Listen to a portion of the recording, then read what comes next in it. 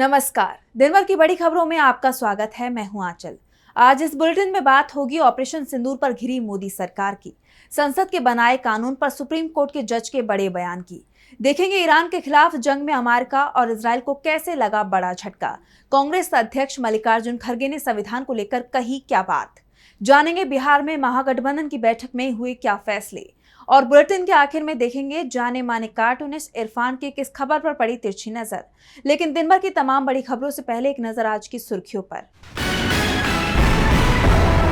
कोलकाता सामूहिक शोषण मामले की सीबीआई जांच कराने के लिए याचिका दायर, एजुकेशन इंस्टीट्यूट में सिविल वॉलंटियर की तैनाती की भी मांग, हफ्ते के आखिर में सुनवाई संभव। तेलंगाना की केमिकल फैक्ट्री में धमाका, 12 मजदूरों की गई जान और 34 जख्मी, ब्लास्ट के वक्त 150 लोग थे मौजूद। करीब 60% वोटरों को नहीं देना होगा कोई अतिरिक्त दस्तावेज, वोटर लिस्ट वेरिफिकेशन पर विपक्ष के आरोपों के बीच चुनाव आयोग की आई सफाई। लाल निशान पर बंद हुआ शेयर बाजार, 452 अंकों की गिरावट के साथ 83,606 अंकों पर बंद हुआ सेंसेक्स, तो 120 अंकों की गिरावट के साथ 25,517 पर बंद हुआ निफ्टी। ये तो थी सुर्खियां। अब बात आज की सबसे बड़ी खबर की। इंडियन नेवी के अधिकारी defence attache captain Shiv Kumar ने ऑपरेशन सिंदूर को लेकर बड़ा बयान दिया है।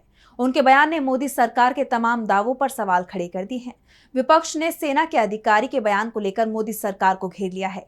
तो क्या कहा है डिफेंस अताशे ने, जिससे देश में मच गया है सियासी बवाल? देखिए इस रिपोर्ट में। ऑपरेशन सिंदूर को लेकर नौसेना अधिकारी defence attache captain Shiv Kumar ने एक बड़ा खुलासा किया है, जिससे मोदी सरकार सवालों में घिर गई है। नौसेना अधिकारी defence attache captain Shiv Kumar ने जकार्ता में आयोजित एक कार्यक्रम में ऑपरेशन सिंदूर को लेकर कहा कि ऑपरेशन सिंदूर के प्रारंभिक चरण में भारतीय वायुसेना को अपने कुछ लड़ाकू विमान गंवाने पड़े, क्योंकि राजनीतिक नेतृत्व ने सैन्य ठिकानों या एयर डिफेंस को टारगेट न करने को कहा था। हमें केवल आतंकवादी ठिकानों को निशाना बनाने का आदेश दिया गया था।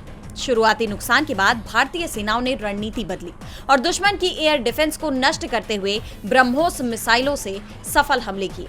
डिफेंस अताशे ने साफ कर दिया है कि मोदी सरकार के फैसले के चलते नुकसान हुआ है, लेकिन कितने विमानों का, ये बात उन्होंने भी नहीं बताई। अब इसे लेकर कांग्रेस ने केंद्र सरकार पर गंभीर आरोप लगाए। कांग्रेस की तरफ से कहा गया कि भारतीय वायुसेना को ऑपरेशन सिंदूर के दौरान पाकिस्तान के हाथों अपने लड़ाकू विमानों का नुकसान उठाना पड़ा। इस मामले में मोदी सरकार पूरे देश को गुमराह कर रही है। वहीं विवाद बढ़ने पर इंडोनेशिया में भारतीय दूतावास की तरफ से इस मामले में सफाई भी आ गई। दूतावास ने कहा कि डिफेंस अताशे के बयान को गलत संदर्भ में पेश किया जा रहा है। खबर का खंडन करते हुए कहा गया कि हमने सेमिनार में रक्षा प्रतिनिधि की तरफ से दिए गए प्रेजेंटेशन से जुड़ी मीडिया रिपोर्ट्स देखी हैं। उनके बयान को संदर्भ से हटाकर पेश किया गया है। मीडिया रिपोर्ट्स में उनकी बातों की मंशा और मैसेज को गलत तरीके से दिखाया गया। बता दें कि इससे पहले सीडीएस अनिल चौहान ने भी ये माना था कि भारतीय विमानों को पाकिस्तान के साथ हुए सैन्य टकराव में नुकसान हुआ था। इसे लेकर विपक्ष लगातार सरकार को घेर रहा है। मोदी सरकार ऑपरेशन सिंदूर को लेकर पहले से ही घिरी हुई है। सबसे बड़ा सवाल तो यही उठ रहा है कि जब सेना तेजी से आगे बढ़ने की स्थिति में थी तो अचानक सीजफायर क्यों कर दिया गया? डोनाल्ड ट्रंप के बयान भी मोदी सरकार पर सवाल खड़े कर रहे हैं। तो वहीं सुप्रीम कोर्ट के जज ने भी बीजेपी के दावों की पोल खोल दी है। सुप्रीम कोर्ट के जज ने संसद के बनाए गए कानून को रद्द करने पर बड़ी बात कह दी है। देखिए रिपोर्ट। वक्फ कानून पर सुप्रीम कोर्ट का क्या फैसला होगा, इसका सबको इंतजार है। लेकिन इस मामले में सुनवाई पूरी होने से पहले ही बीजेपी के मंत्री नेता सुप्रीम कोर्ट पर ही सवाल उठाने लगे हैं। सुप्रीम कोर्ट के अधिकार क्षेत्र को लेकर नई बहस छिड़ गई है। इस बीच आए सुप्रीम कोर्ट के एक जज के बयान ने सबका ध्यान अपनी तरफ खींच लिया। जस्टिस उज्जवल भुइयां ने साफ कर दिया कि किसी भी कानून को बनाने की प्रक्रिया में जज हस्तक्षेप कर सकते हैं। उन्होंने कहा कि ये आलोचना कि जज लोगों द्वारा चुने नहीं जाते, इसलिए उन्हें कानून बनाने में हस्तक्षेप नहीं करना चाहिए। इसका कोई कानूनी या संवैधानिक आधार नहीं है। संविधान ने सुप्रीम कोर्ट को ये जांच करने का अधिकार दिया है कि संसद द्वारा बनाया गया कानून संविधान के अनुरूप है या नहीं, और अगर नहीं है तो न्यायपालिका न्यायिक समीक्षा की शक्ति का प्रयोग करके ऐसे कानून को रद्द कर सकती है। जस्टिस भुइयां के इस बयान को वक्फ कानून से जोड़कर देखा जा रहा है। मुस्लिम संगठन और विपक्ष जो इस कानून का विरोध कर रहे हैं, उनका कहना है कि ये कानून असंवैधानिक है। ऐसे में इस कानून पर सुप्रीम कोर्ट का फैसला आने से पहले जस्टिस भुइयां का ये कहना कि अगर कोई कानून संविधान के अनुरूप नहीं पाया जाता है तो उसे रद्द भी किया जा सकता है। इसे सरकार के लिए चेतावनी के तौर पर देखा जा रहा है। ऐसे में मोदी सरकार की चिंता बढ़ सकती है। जस्टिस उज्जवल भुइयां ने जो कहा है उससे मोदी सरकार चिंता में दिख रही है, क्योंकि ये बयान वक्फ कानून पर सुप्रीम कोर्ट के फैसले से पहले आया है। ऐसे में सवाल उठ रहे हैं कि क्या वक्फ कानून भी रद्द हो सकता है। वैसे सवाल इस समय ईरान और इजराइल के सीज फायर को लेकर भी उठ रहे हैं। ईरान को ना तो अमेरिका पर भरोसा है और ना ही इजराइल पर। तो क्या पश्चिम एशिया में जल्द ही फिर से शुरू होने वाली है जंग? देखिए इस रिपोर्ट में। इजराइल से जंग तो खत्म हो गई, लेकिन अब ईरान और अमेरिका आमने सामने नजर आ रहे हैं। ईरान की तरफ से अमेरिकी राष्ट्रपति डोनाल्ड ट्रंप और इजरायली पीएम बिन्यामिन नेतन्याहू के खिलाफ फतवा जारी कर दिया गया है, जिसमें कहा गया कि जो कोई भी ईरान के सर्वोच्च नेता को नुकसान पहुंचाने या धमकाने की कोशिश करता है, वो मुहरिब यानी जंग को पसंद करने वाला अपराधी होगा।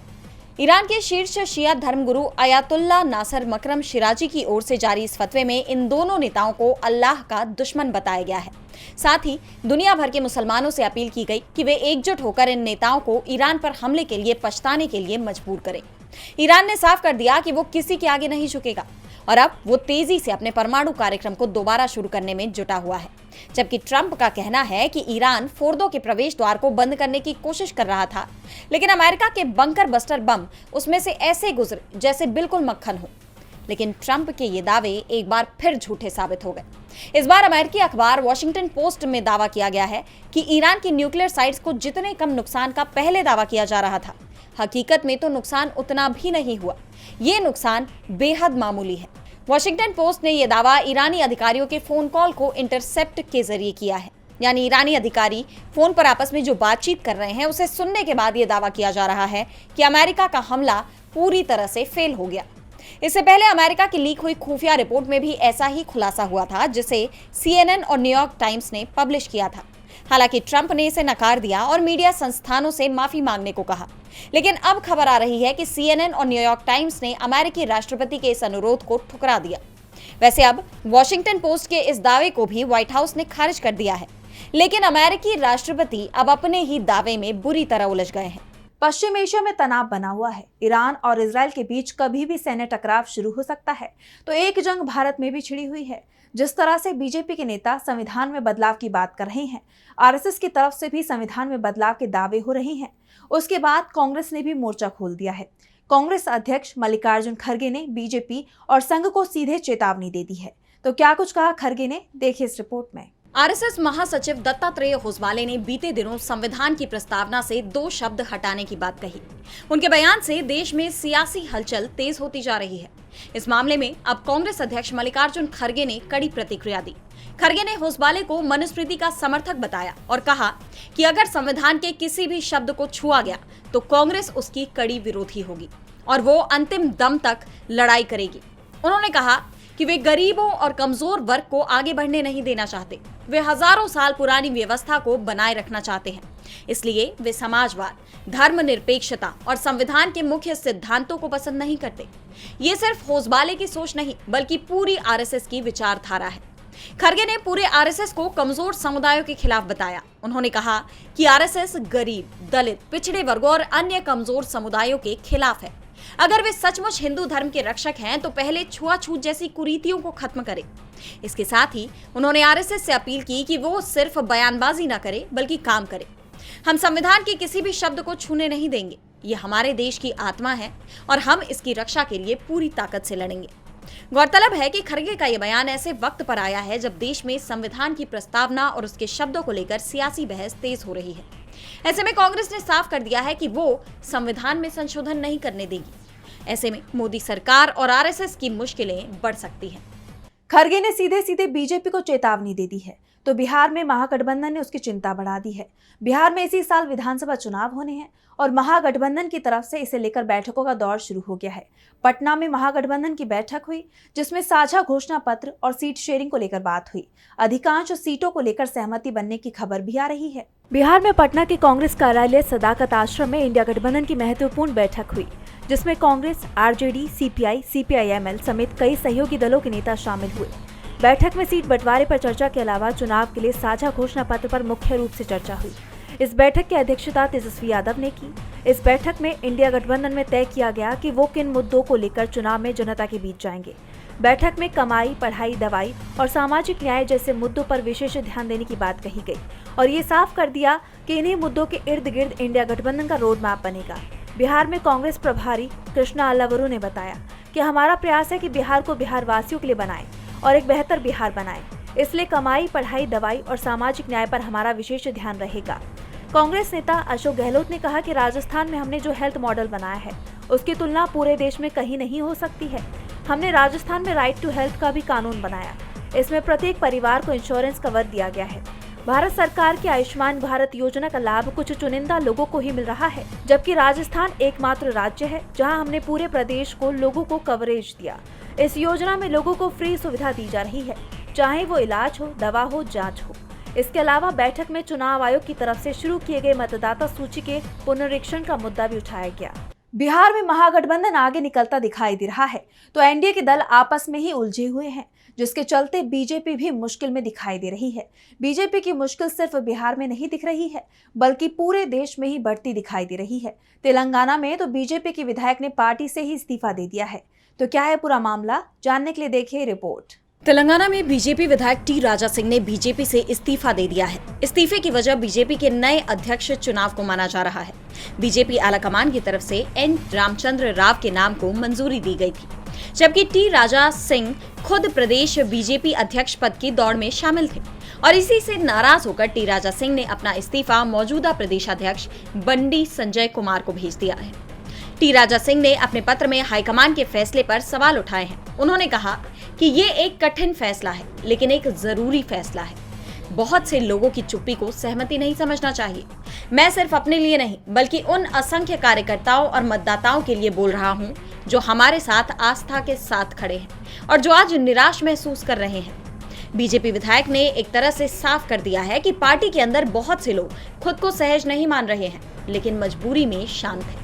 अब ये मजबूरी क्या है, ये टी राजा सिंह ने भी नहीं बताया, लेकिन जिस तरह से तेलंगाना बीजेपी विधायक ने इस्तीफा दिया है, उसने बीजेपी हाईकमान के दबदबे की एक बार फिर से पोल खोल दी है। लोकसभा चुनाव के बाद से ही ये आरोप लगते रहे हैं कि बीजेपी हाईकमान कमजोर हो गया है और इसी के चलते प्रदेशाध्यक्ष चुनाव की जो प्रक्रिया इस साल के शुरुआत में पूरी हो जानी चाहिए थी, वो जून में भी पूरी नहीं हो पाई। तेलंगाना में विधायक के इस्तीफे ने बीजेपी को मुश्किल में डाल दिया है, तो महाराष्ट्र में बीजेपी के नेतृत्व वाली एनडीए सरकार का अपना फैसला ही उसकी मुसीबत बन गया है, जिसके बाद विपक्ष ने पूरे प्रदेश में आंदोलन का ऐलान कर दिया था। विपक्ष के दबाव में महाराष्ट्र सरकार झुक गई है। तो क्या है पूरा मामला, देखिए इस रिपोर्ट में। महाराष्ट्र में जिस 3 भाषा नीति को लेकर महायुति सरकार घिरती दिखाई दे रही है, अब उस पर महाराष्ट्र सरकार ने यू टर्न ले लिया है। महाराष्ट्र सरकार ने 3 भाषा नीति से जुड़े अपने आदेश को रद्द कर दिया है। दरअसल महाराष्ट्र सरकार ने हाल ही में मराठी और अंग्रेजी के साथ हिंदी भाषा को अनिवार्य करने का आदेश जारी किया था। तीसरी भाषा के रूप में हिंदी को अनिवार्य किए जाने के खिलाफ राज ठाकरे, उद्धव ठाकरे खुलकर सड़कों पर उतर आए। सरकार के इस आदेश का विपक्ष ने खुलकर विरोध किया, जिसके बाद सरकार ने अपने आदेश को वापस ले लिया है। सीएम देवेंद्र फडणवीस और दोनों डिप्टी सीएम ने प्रेस कॉन्फ्रेंस की। सीएम ने कहा कि 3 भाषा नीति को लेकर शिक्षाविद नरेंद्र जाधव की अध्यक्षता में कमेटी बनाई गई है। इसकी रिपोर्ट के बाद ही हिंदी की भूमिका पर अंतिम फैसला लिया जाएगा। अब विपक्ष का दावा है कि उनके दबाव में आकर सरकार को अपने फैसले से पीछे हटना पड़ा। इस बीच शिवसेना प्रमुख उद्धव ठाकरे ने बड़ा बयान दिया। उन्होंने सीएम देवेंद्र फडणवीस को मराठी भाषा का विरोधी बताया। पहले ये मुझे बताइए कि मुख्यमंत्री मराठी भाषा के विरोधी क्यों है? मुख्यमंत्री मराठी भाषा की विरोधी है, ये मेरा आरोप है। जाओ उनको बताओ। तो वहीं उद्धव ठाकरे गुट के सांसद संजय राउत ने महायुति सरकार पर निशाना साधा।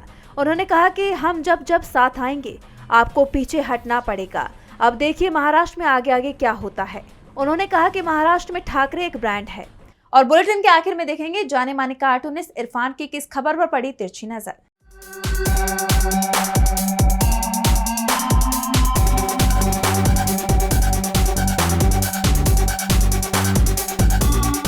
महाराष्ट्र में 3 लैंग्वेज पॉलिसी को लेकर के फडणवीस सरकार बैकफुट पर आ गई है। 3 लैंग्वेज के अंदर 2 लोग तो एक तरफ हैं, जिसमें दोनों भाई राज ठाकरे और उद्धव ठाकरे एक साथ एक मंच पर आ गए हैं।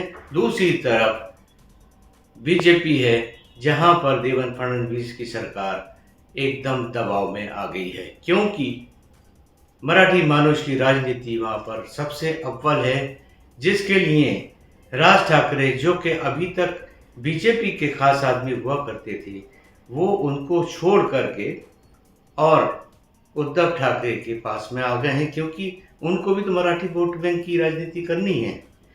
अब देखना ये है कि मराठी में वोट मांगने वाले ये दोनों भाई इस वक्त तो एक साथ आ चुके हैं, लेकिन आगे वो कितनी दूर तक जाएंगे ये देखने वाली बात है।